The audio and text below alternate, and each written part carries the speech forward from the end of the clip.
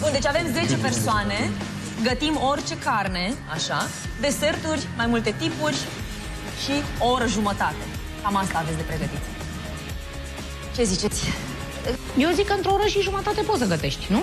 Și spini și mulți, se ajută unul pe altul. Nu, ai cum, ai.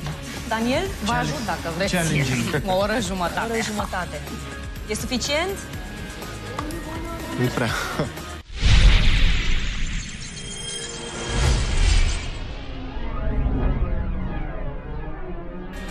Voi este 4 în echipa, face 4 feluri de mâncare.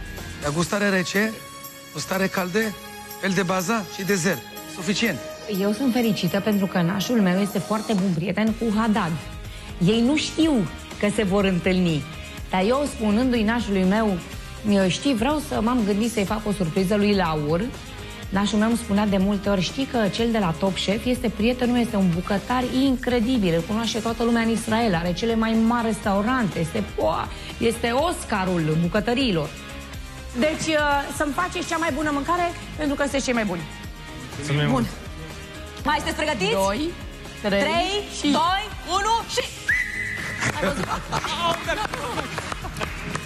În America eu mă uitam nebunită la Top Chef.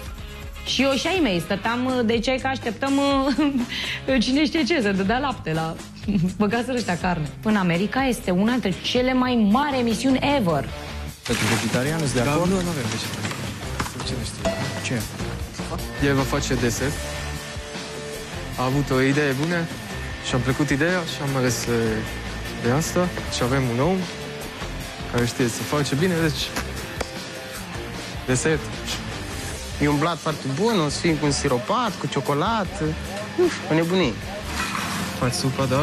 Și eventual îi dai lui să termine. Voi le luați pe toate, noi nu avem voi? Ba nu, le-am luat de acolo. Nu sunt aceeași mărime. Asta nu e aceeași mărime, are prințesă. Ia-ți-mă, Mihai. Ne împărțim, așa e corect. Avem câte puțin din fiecare. Flori se ocupă de cartofi, se ocupă de creveți și de frutele de mare, Mihai de supă și de vită, eu de ăsta și de pui, Mirela se ocupă de legume și de sosuri, deci suntem un pic combinați în sarcini azi.